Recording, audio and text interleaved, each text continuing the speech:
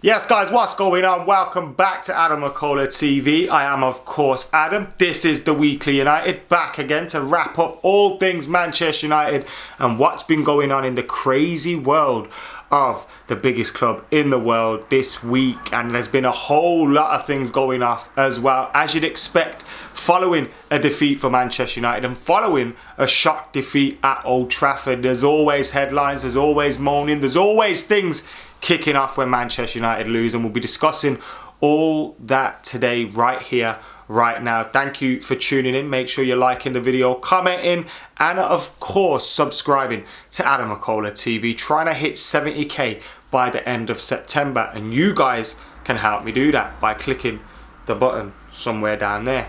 Anyway, let's get stuck in. Now first up, this post disappointed me, you know. It really did disappoint me this week. Seeing Marcus Rashford tweet and post on Instagram, and he was saying, I didn't really want to come back on social media. Now, I know after Manchester United lose, players should be disappointed. They shouldn't want to show their face. That's understandable. But this is for other reasons. This is for other reasons. And Marcus Rashford, a young man living the dream, playing for Manchester United, living all of our dreams, regardless of his form or whatever, the fact that he doesn't feel like he can come on social media because of racist trolls and stupid things like that on social media is very disappointing, and it's a sad state of affairs, to be honest. Look, whether you're happy or not with his form, 2 goals in 3 games this season for him isn't bad. His last performance against Palace wasn't great, but his performances before them were decent, and I feel sorry for him. He's a player that we're relying on, and he's got a lot of pressure on his case, and sometimes I think we should just show them a bit more love. Obviously, criticising performances is fair. Criticising footballers' performances comes with the territory. But all this extra stuff, just for attention, just for retweets, just for clicks, it makes my blood boil. And it's a shame that young footballers feel that they can't, come on social media because of that. Fix up, man, world. And then another thing that disappointed me, there's a lot of things that disappointed me this week, as you'll come to see. Who the fuck is spray painting Pogba Out at Carrington? Who the fuck is doing this? In the week when at Old Trafford, Manchester United fans sang "One Paul Pogba" following the racist abuse he had received on social media, just like Marcus Rashford after he missed a penalty. Stupid. I don't know what this is, just so repetitive. People see one thing and want to copy it just to get the same attention that the last set did. It's bloody annoying, man. Stop being racist, you bellends. But anyway, Paul Pogba, playing for Manchester United. Obviously, he's spoken out about his future once this summer. His agent has also spoken out about it, saying he maybe wants to see himself elsewhere. But he hasn't tried to force a move. He hasn't kicked up a fuss. He hasn't been unprofessional. And he has played for Manchester United, and he hasn't shown any disrespect to the club or the manager when he's been playing for Manchester United and when he's been with the squad. When you compare that to Alexis, Sanchez, Romelu Lukaku and the way that they have behaved during their time at the club, especially from Lukaku in the last couple of months, the stick Paul Pogba gets is crazy in comparison to that. But United fan, I'm assuming it's a United fan. It might be someone else just looking for attention, looking to, create a little bit of hype. But I'm assuming this is a United fan. Spray painting Pogba, why? Why, man? I don't get it. Look, Paul Pogba has been inconsistent. Paul Pogba made a mistake for the second goal for Crystal Palace. Criticism of his performances are alright, but this extra stuff is just weird. And to be honest, Paul Pogba over the last season or 2 has been one of, if not our best player. Yes, him himself has had bad games and him himself has been inconsistent, and we'd want to see more from him. But he has actually been one of our best players. And you compare that to David De Gea. Now I know David De Gea has more credit in the bank, but David De Gea has been making mistakes for 12 to 18 months for United. And we've made excuses for him because of the good form that he had before then. And he's just weird, man. It's proper weird.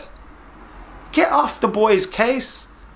Turning up to work, seeing Pogba out after you've just been racially abused. After the end of last season when he had an argument with the fans and stuff. Do you think that's going to want to make anybody stay somewhere? Now it is a minority, and I'm pretty sure a lot of Manchester United fans love Paul Pogba. But again, it's just, It's just ridiculous. And I'm not defending Paul Pogba here. I'm just defending the extremity of it all. If you want to criticise his performances, go ahead. If you want to criticise whatever, footballing wise, go ahead. Even though I think some of that's just weird and uncalled for. But all this extra stuff, this racist stuff and this Pogba, what are you achieving by doing that? What are you achieving? I don't get it. Also this week, some transfer news coming through. Loads of our players are heading to Serie A. That's right, Alexis Sanchez has joined Inter Milan on loan. Wow, this one's been disappointing. Remember how excited we were about this one? And now he's off to Inter Milan to join up with Romelu Lukaku. And we're paying most of his wages. He must have been pretty bad around camp if we're paying most of his wages for him to play elsewhere. He must have been pretty fucking bad around camp. And his form was awful. 9 goals in 45 games.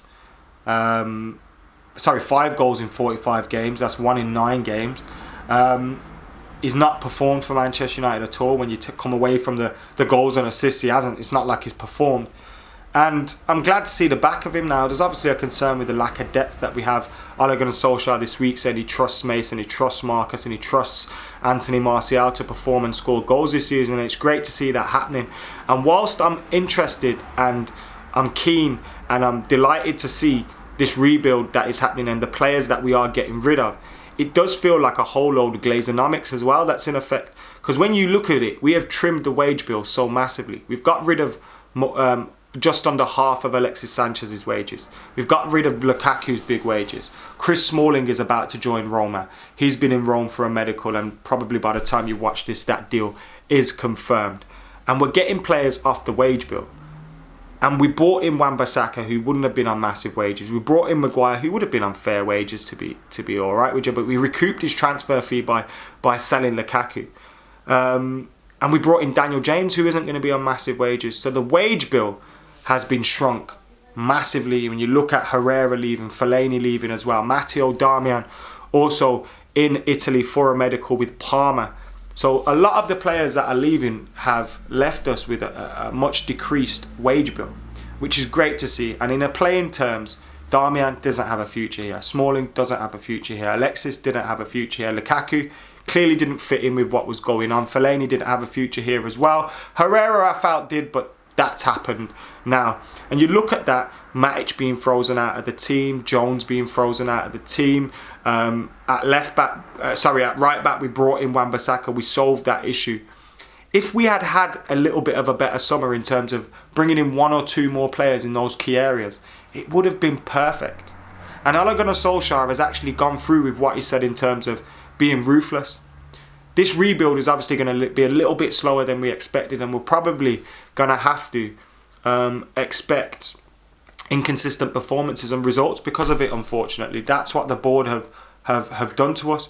Hopefully that means we've saved some money, we've recouped some money, and we can go big in the next summer window, but I wouldn't hold my breath. Also, a few cup draws this week as well. We got Rochdale at home in the Capital One Cup, or whatever it's called these days. The Carabao Cup, that's what it's called. Caravan Cup. Yes, we've got Rochdale at home in that game. So it's a good opportunity to rest players, play younger players, play fringe players, and give some key players a rest, particularly at home. We should be beating teams like Rochdale also this weekend. I'm already laughing because we're in Group L. Can you believe it? We're in Group L. If someone told me group, I didn't even know there was L amount of groups. However numbers that 12 group. I didn't even know there was that many. It got to L, but United are in Group L. And we've got a trip to Kazakhstan, a trip to Serbia, and a trip to Holland. So pretty bad in terms of travelling, but in terms of the group, we should be getting through. We've got Astana, Partizan Belgrade, their fans are going to be off the hook. And AZ Alkmaar, trip to Holland, is always a good thing. And you're looking at that and you're thinking we should be getting through in this group. We should be able to rest players as well. But that travelling is mad. It is an absolute madness. And I hope we use the Europa League to give Rashford, Martial, De Gea, Pogba, Lindelof and Maguire, those kind of players rest. Because we need to give other players game time. But also we need to protect those players for the games in the Premier League. And if we're going away to Kazakhstan and then we got a game in the Premier League on the weekend, if we've been able to rest the spine, that will leave us in a stronger position in the Premier League. And it won't see what happened with us in the past when we we won't see what happened with us in the past when we did go far in the Premier League, in the Europa League, but then we had to sack off Premier League games, and you don't want to see that happen because it's an important season for us this year to finish in those top 4 positions, not just for that Champions League spot, but just because we want to have a good season, and also for that Champions League spot. You can't guarantee it in the Europa League. It's a cup competition, and as we've seen, there's some pretty difficult teams in there, but that group we should be getting through, top of the group, no problems. But the fact that it's Group Out is definitely worrying me. Jesus.